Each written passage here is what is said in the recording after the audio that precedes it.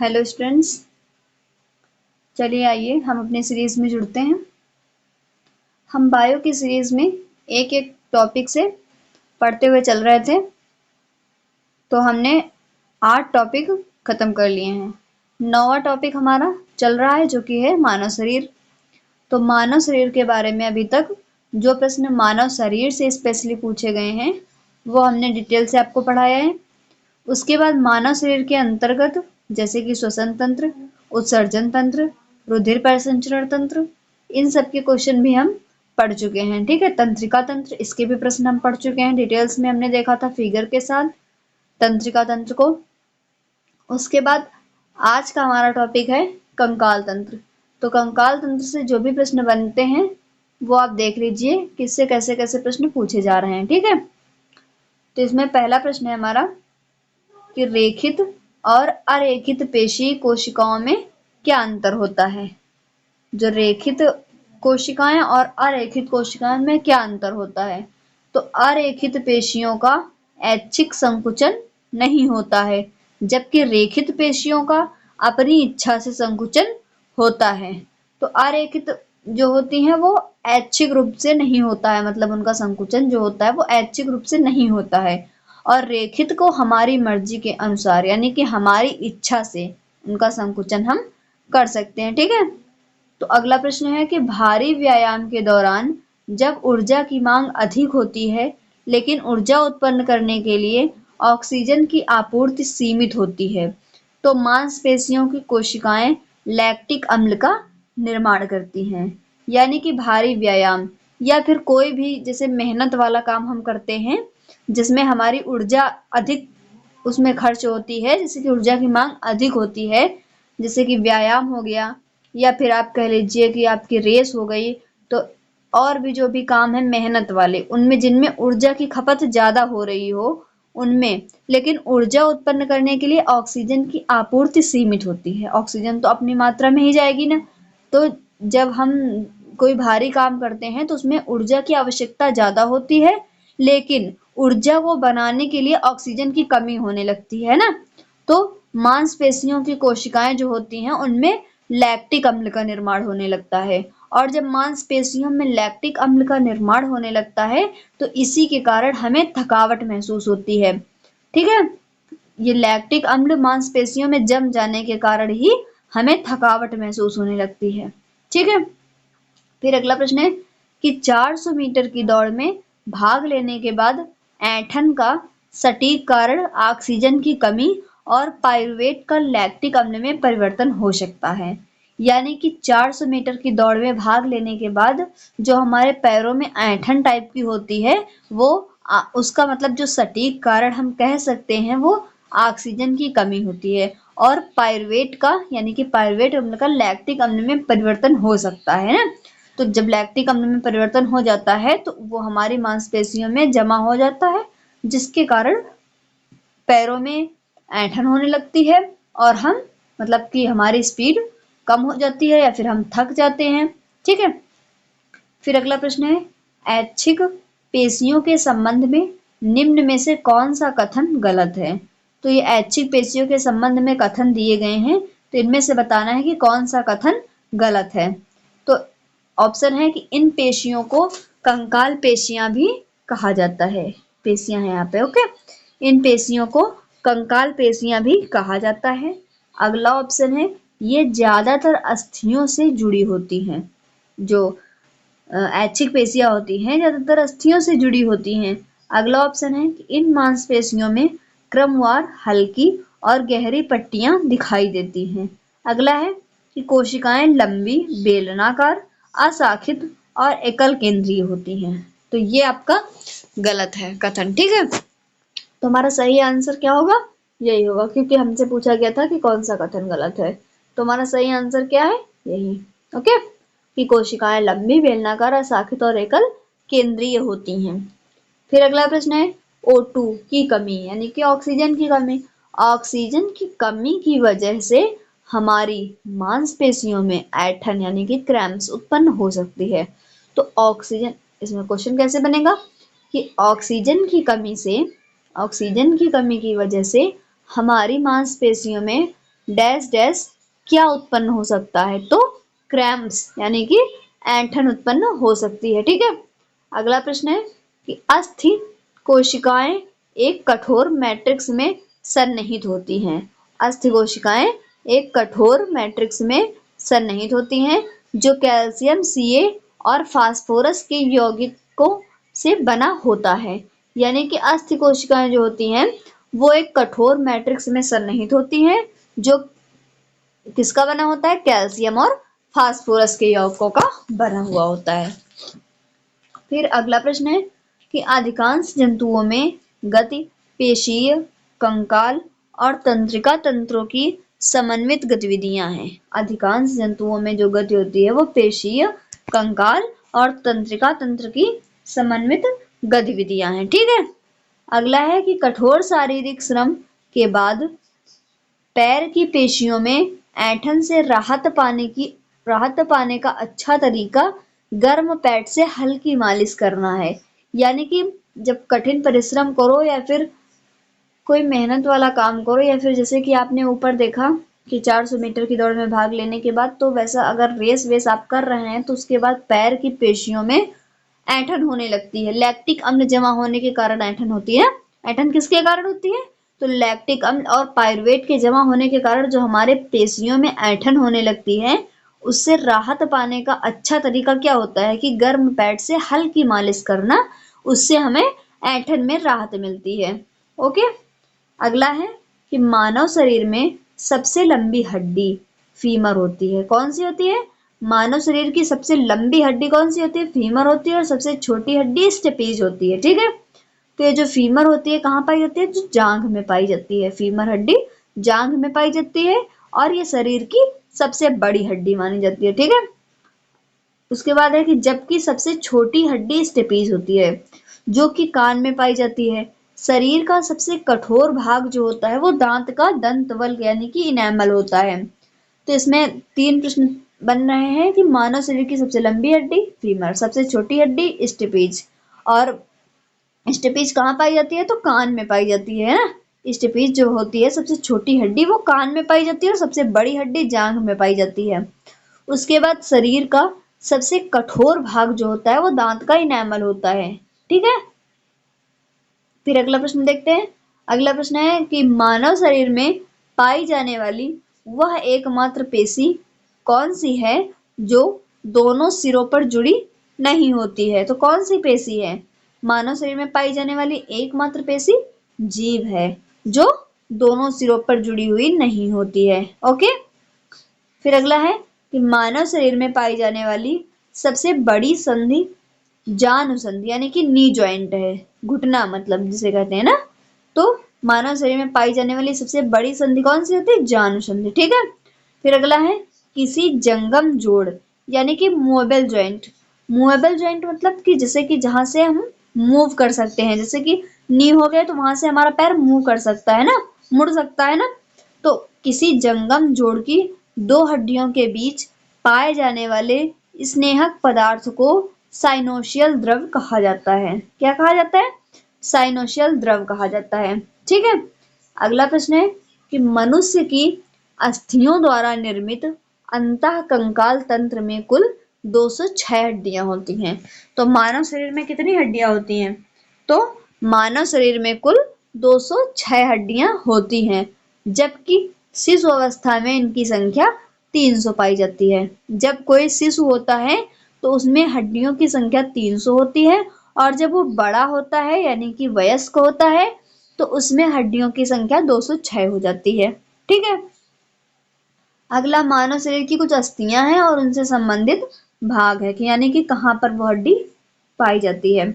जैसे ये है आपका पहला ऊर्ध्वअस्थि यानी कि मैक्सिला, ये जबड़े में पाई जाती है। ठीक है, फिर है जानुका अस्थि। जानुका अस्थि कहाँ पर पाई जाती है, यानी कि पेटेला बोन, तो ये पैर में है, पैर की अस्थि है। ठीक है, पैर की हड्डी को कहा जाता है जानुका अस्थि। फिर है मणिबंध।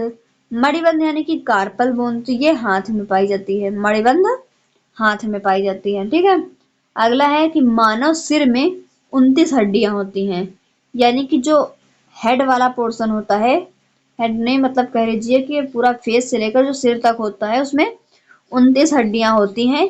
इनमें से कौन सा वर्गीकरण सही है?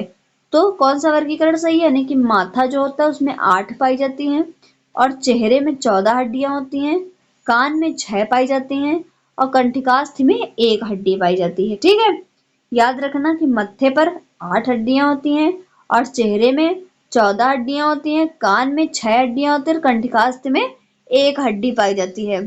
ठीक है, फिर अगला है, इनमें से कौन सा सूक्ष्म पोषक तत्व थायराइड ग्रंथि के सामान्य संचालन हेतु आवश्यक है? तो इसमें कौन सा है जो थायराइड ग्रंथि के सामान्य संचालन हेतु आवश्यक है? तो आयोडीन। आयोडीन जो है वो थायराइड ग्रंथि के सामान्य संचालन हेतु आवश्यक है। अगला है कि मनुष्यों में बौनेपन के लिए निम्नलिखित में से क्या उत्तरदायी है? तो जो मनुष्यों में बौनापन होता है उसके लिए क्या उत्तरदायी है? तो पीयूष ग्रंथि। पीयूष ग्रंथि जो है वो मनुष्यों में बौनेपन के लिए उत्तरदायी मानी जाती है। ओके, अगला है कि निम्न में से कौन सा कशेरुकी वर्ग का नहीं है?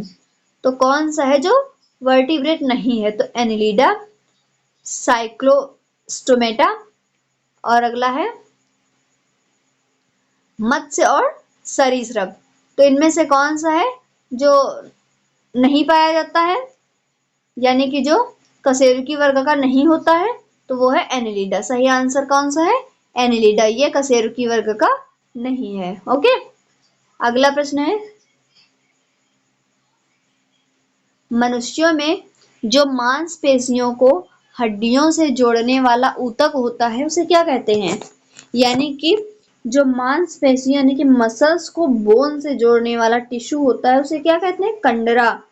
यानी कि कंडरा मतलब टेंडन होता है ना, तो टेंडन जो होता है वो मसल्स को बोन से जोड़ता है। टेंडन जो है वो मसल्स को बोन से जोड़ता है, और जो लिगामेंट होता है वो बोन को बोन से जोड़ता है। ठीक है, याद रखना कि टेंडन जो है वो मसल्स को बोन से जोड़ेगा, और लिगामेंट वो बोन को बोन से जोड़ता है। ओके, फिर है कि एक कंडरा यानी कि टेंडन किससे बनाया जाता है? तो केवल कोलेजन फाइबर। जो टेंडन होता है वो किससे बना है? तो केवल कोलेजन फाइबर।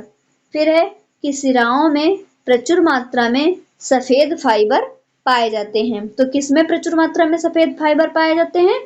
तो सिराओं में। ठीक है, अगला क्वेश्चन है कि मनुष्य के शरीर में वर्टिब्रेट यानी कि कशेरुकी निम्न में से किसका भाग है? तो रीढ़ की हड्डी का भाग है ना, रीढ़ की हड्डी। अगला प्रश्न है, मानव शरीर की सबसे मजबूत हड्डी कहाँ की होती है? जांघ की हड्डी, जो कि सबसे बड़ी हड्डी मानी जाती है। क्या नाम है उसका? फीमर। तो मानव शरीर की सबसे मजबूत जांघ की हड्डी होती है जिसे फीमर कहते हैं, जो मानव शरीर में सबसे बड़ी हड्डी भी है। ओके, अगला है कि छाती के आसपास की हड्डियों को क्या कहा जाता है? तो जो छाती के आसपास की हड्डियां होती हैं उन्हें रिब्स कहा जाता है। क्या कहा जाता है? रिब्स। फिर अगला प्रश्न है, अक्षीय कंकाल कंकाल का वह हिस्सा है जिसमें कपाल, मेरुदंड, पसली तथा सिर की हड्डियों और कशेरुकियों के ट्रंक शामिल हैं, जबकि कंधे की हड्डी अक्षीय हड्डी नहीं है। ओके, फिर अगला है कि रीढ़ को मेरुदंड भी कहा जाता है। जो रीढ़ होती है उसे मेरुदंड भी कहा जाता है, मेरुदंड या मेरुरज्जु भी कहा जाता है। फिर अगला है प्रश्न है कि सिरा मांसपेशियों को हड्डियों से जोड़ने का कार्य करती है, यानी कि टेंडन की बात यहाँ हो रही है। टेंडन जो होते हैं वो मसल्स को बोन से जोड़ते हैं। ठीक है, पेशियों के सिरे को सिरा यानी कि टेंडन अर्थात कंडराएं कहते हैं। टेंडन को हिंदी में क्या कहते हैं? कंडराएं। ठीक है, फिर उसके बाद अगला प्रश्न है कि मांसपेशियों की क्रिया से उत्पन्न बल को पेशीय बल कहते हैं। तो इसमें प्रश्न है कि मांसपेशियों की क्रिया से उत्पन्न बल को क्या कहा जाएगा? तो पेशीय बल कहा जाता है। फिर अगला है कि ज्वाइंट पर हड्डी की सतह को कौन मुलायम करती है? तो ज्वाइंट पर जो हड्डी की सतह होती है, यानी कि ज्वाइंट हो गए, नी के ज्वाइंट हो गए, हाथ के ज्वाइंट हो गए, तो उनको कौन मजबूत करता है? तो कार्टिलेज। कार्टिलेज मुलायम करती है। ठीक है, अगला प्रश्न है कि खनिज हड्डियों के लिए, मतलब कौन सा खनिज है जो हड्डियों के लिए आवश्यक होता है, जो हड्डियों के विकास के लिए आवश्यक होता है, जो हड्डियों के मजबूती के लिए आवश्यक होता है, तो वो कौन सा है? कैल्शियम। तो कैल्शियम जो होता है वो हड्डियों के लिए आवश्यक होता है। देखा होगा आपने कि जिसको कैल्शियम की कमी होती है उसकी हड्डियां कमजोर हो जाती हैं। ठीक है, उसके हाथ पैर देखे होंगे आपने, बहुत से बच्चे होते हैं जिनमें हाथ पैर कमजोर हो जाते हैं जिनके, तो वो कैल्शियम की कमी से होता है। ठीक है, अगला प्रश्न है कि कार्डियक मांसपेशियां शरीर के सभी अंगों में रक्त पंप करके पहुंचाने में हृदय की सहायता करती हैं। जो कार्डियक मांसपेशियां हैं वो शरीर के सभी अंगों में रक्त को पंप करके पहुंचाने में हृदय की सहायता करती हैं, जिसमें लयबद्ध संकुचन और विश्राम की आवश्यकता होती है ना। फिर अगला है कि स्नायु, स्नायु जो है वो अधात्री मैट्रिक्स वाला एक संयोजी ऊतक है। स्नायु मैट्रिक्स वाला मतलब कि अधात्री मैट्रिक्स वाला एक संयोजी ऊतक है। फिर अगला प्रश्न है, हमारी मांसपेशियों में अधिक ऑक्सीजन की आपूर्ति के लिए निम्नलिखित में से कौन सा हार्मोन हृदय की गति को बढ़ा देता है? यानी कि जब मांसपेशियों में अधिक ऑक्सीजन की आपूर्ति के लिए कौन सा हार्मोन हृदय की गति को बढ़ा देता है? अब इसका मतलब क्या है?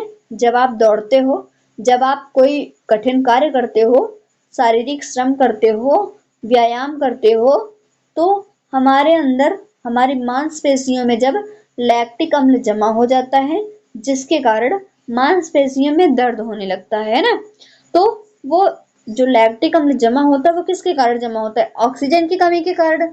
तो ऑक्सीजन की जो आपूर्ति होती है, ऑक्सीजन की जो कमी हमारे अंदर होती है, उसके कारण हमारे हृदय की हार्ट बीट जो होती है वो फास्ट हो जाती है, यानी कि हृदय की गति को बढ़ा देता है। तो कौन सा हार्मोन होता है वो? एड्रेनलाइन। एड्रेनलाइन हार्मोन जो है वो हृदय की गति को बढ़ा देता है थकावट होने पर। ठीक है, अगला है कि कान के अंदर कंपन 3 हड्डियों द्वारा प्रवर्तित होता है। तो कान के अंदर जो कंपन होता है वो 3 हड्डियों के द्वारा प्रवर्तित होता है, जैसे कि हैमर, एनविल और स्ट्रब। ठीक है, मध्य कान में मौजूद 3 हड्डियों के नाम हैमर, एनविल और स्टिरप है। ठीक है, उसके बाद अगला प्रश्न है कि हमारे कानों में उपस्थिति के कारण जो एक प्रकार का संयोजी ऊतक है, कानों को मोड़ा जा सकता है। तो हाँ, किसकी उपस्थिति के कारण? उपास्थियों। उपास्थियों के उपस्थिति के कारण हमारे कान को मोड़ा जा सकता है ना। फिर अगला प्रश्न है कि मांसपेशियों का वह भाग जो संकुचन उत्पन्न करने के लिए सिकुड़ता है उसे क्या कहा जाता है? तो उसे एक्टिन कहा जाता है। तो एक्टिन मांसपेशियों का वह भाग होता है जो संकुचन उत्पन्न करने के लिए सिकुड़ता है। अगला प्रश्न हमारा है कि मायोसिन और एक्टिन मांसपेशीय प्रोटीन होते हैं। तो ये एक्टिन क्या है? ये मांसपेशीय प्रोटीन है। फिर अगला है सार्कोलेमा वह झिल्ली है जो मांसपेशीय तंतु को कवर करती है। तो मांसपेशीय जो तंतु है उसे कवर करने के लिए कौन सी झिल्ली होती है? सार्कोलेमा। सार्कोलेमा झिल्ली मांसपेशीय तंतु को कवर करती है, यानी कि ढकती है। ठीक है, फिर उसके बाद है नी कैप को क्या कहा जाता है? नी कैप को क्या कहा जाएगा? टांग के अगले भाग की हड्डी, या फिर पलिया, या फिर मैलस, या फिर कंधे की हड्डी। तो नी कैप को कहा जाता है, राइट आंसर आपका है पलिया। फिर अगला प्रश्न है कि निम्नलिखित में से कौन अस्थिबंध यानी कि लिगामेंट द्वारा जुड़े होते हैं? तो मैंने बताया ना कि टेंडन जो होते हैं वो मसल्स को बोन से जोड़ते हैं। जो टेंडन्स हैं, टेंडन, ये मसल्स को बोन से जोड़ते हैं, और जो लिगामेंट है, लिगामेंट बोन को बोन से जोड़ता है। तो याद रखना इसका फर्क, टेंडन और लिगामेंट। टेंडन जो होता है वो मसल्स को बोन से जोड़ता है, यानी कि मांसपेशियों को हड्डी से जोड़ता है, और अस्थिबंध यानी कि लिगामेंट जो होते हैं वो हड्डी को हड्डी से जोड़ते हैं। ठीक है, तो ये थे आज के प्रश्न हमारे इस टॉपिक के, है ना। उसके बाद इसके बारे में अगला टॉपिक हम अगले दिन डिस्कस करेंगे।